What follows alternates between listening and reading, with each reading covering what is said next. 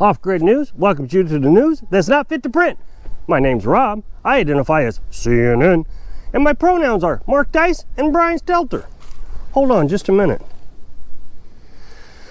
This just in, famous YouTuber Mark Dice has a segment on his video when he imitates CNN's reliable sources, Brian Stelter. In recent weeks, Off-Grid News had an undercover reporter inside the headquarters of Mark Dice. These are the stories he's been working on. Brian Stelter said, "It's a shame what's happened to our democracy. Trump and his supporters have damaged the foundation of this country to something unrecognizable, forever lost in the abyss of hatred. It hurts my heart to even think about it." CNN's media reporter Brian Stelter slammed the Centers for Disease Control and Prevention during his broadcast of reliable sources on Sunday, saying the organization has turned into a punchline over its response to the pandemic. Stelter specifically made the comments in reference to an interview that CDC Director Rochelle Walensky had recently with NBC's News' Savannah Guthrie. "All of these mixed messages and new messages has led to a meme on social media, poking fun at the CDC's advice. Tweets like, 'CDC now recommends eating straight off the floor at the Waffle House. The CDC now says it's in fact okay to eat Tide Pods,' Guthrie said. You know, it's amusing. People letting off steam, of course. But is there a larger credibility problem with the agency right now? It's so sad, but it's true. The CDC has turned into a punchline. There's a huge credibility crisis for the CDC. It just causes people, if they hear all these mixed messages and all this confusion, it's all too complicated. They just move on and ignore it, much like they do with CNN." CNN's Brian Stelter reported, "Consumer inflation surged to 7% in December. It's a shame what Trump has done to this country. Rising fuel costs, rising food costs, rising heating costs. When will the madness end? Will it ever end? In 4 short years, he's destroyed our economy, our country, our world. Millions of people dying every day from hunger, the virus, Capitol protests. It's hard to imagine, but Trump may have ended humanity itself." Headline news: Trump hung up on NPR News during an interview 9 minutes after the interview began. NBC's reported that this is the end of democracy. He incites a violent protest and hangs up when asked about it. Trump News reported that Trump was found innocent of those charges during his second impeachment. Brian Stelter said, "Fox News once again broadcast false claims that Trump was found innocent. It must be mentioned that the Republicans held the Senate at the time. If the Democrats had held the Senate, then he would have been found guilty. Fox News is only trying to incite more violence by making these false claims. Every fact checker has proved beyond a reasonable doubt that he is guilty." CNN's Brian Stelter reported, "Most of the people in the hospital being treated for the virus is not boosted. Trump needs to step up to the plate before he gets even worse.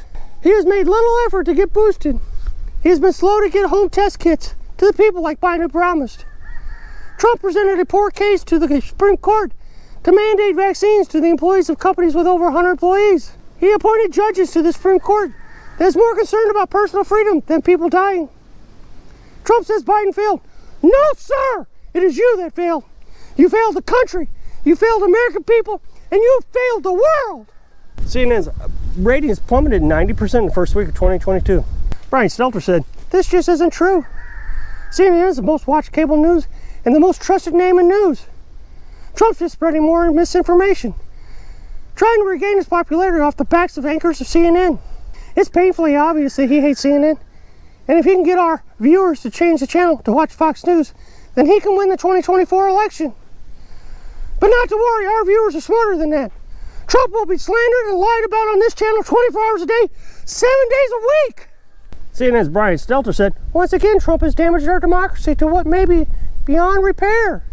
He bullied 2 Democrat senators to vote against removing the filibuster. The filibuster has been around since 1837 and has hampered sensible legislation ever since. The filibuster prevented Obama from being king. Life in the United States would be so much easier without it. Since Trump is causing so much damage, it is forcing Biden to write an executive order to ensure every person in the world ages 16 to 10 years after death can vote for our next president. Mr. Trump, you will not stand in the way of progress. I assure you of that, you big meanie.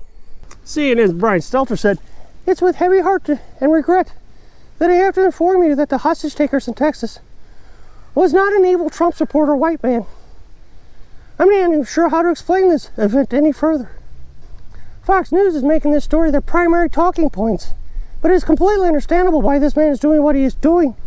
He wanted a scientist who was in prison for 80 years by evil Trump supporters released." CNN's Brian Stelter was very upset when he discovered that he's been reporting fake news.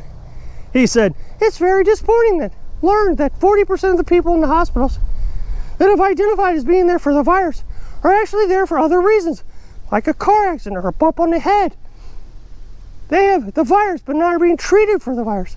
It's very misleading." CNN, the most trusted name in news. CNN announced a new team dedicated to covering misinformation. Brian Stelter said, "We are looking to hire 3 people that have the ability to jump down every rabbit hole that Trump lies about, spend hours on the internet defending CNN's honest news from misinformation Trump spouts. People who get mad every time they see Trump speaking about CNN's fake news. This might be the job for you." CNN has since got a team in place and immediately identified its first major misinformation story. Here's the first newscast they found to be incorrect. "Hello, welcome to Reliable Sources. I'm Brian Stelter.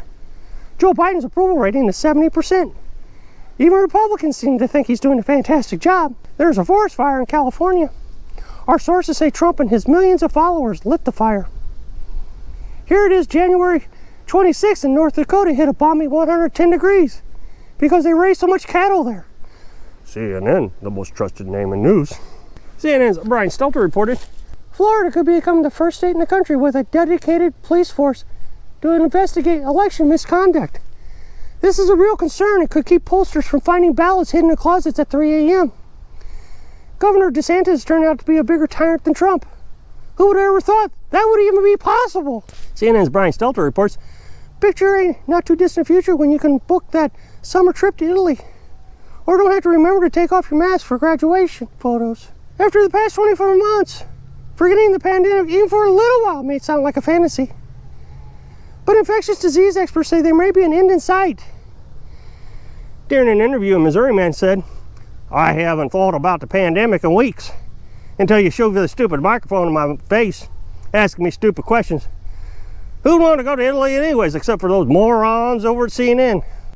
Lastly, how many graduation pictures did these people take in the last 25 months?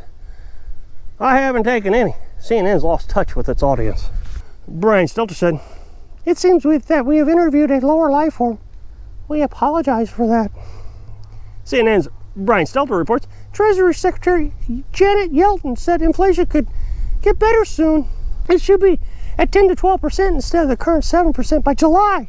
This is exciting times, she explains, and I agree. Brian Stelter reports, "I regret to inform you the Biden administration is withdrawing its virus vaccination and testing regulations aimed at large businesses following those meanie conservative Supreme Court justices' decision to block the rule earlier this month." CNN's chief media correspondent, Brian Stelter, blasted Fox News for broadcasting an allegedly incendiary phrase that he and CNN would never repeat on air. Unfortunately, his colleagues Anderson Cooper used that exact terminology just a few days earlier and has been used at least a half a dozen times in precisely the way Stelter called unacceptable. Fox News has posted on the screen banner during the past week, "The Biden administration is a clown car driving off a cliff. That's the great example of incendiary rhetoric that you would never have seen, let's say from another channel, during the Trump years or even now during the Biden years. Such language illustrates the imagined drama that Fox presents every day to its Fox U-verse," whatever that is. CNN's Brian Stelter said, "Joe Biden was not, as some have suggested, caught by surprise on a hot mic when he called Fox News White House correspondent Peter Doocy a stupid SOB. Biden first responded sarcastically before turning on Doocy, directly adding, 'What a stupid SOB.' Certainly you can see the smile on Biden's face. I don't think he was surprised this was caught on a mic. I think he knows what he was doing." So that's all your news that CNN spouts out. Please share this with your friends on other social media sites. Click subscribe for future updates.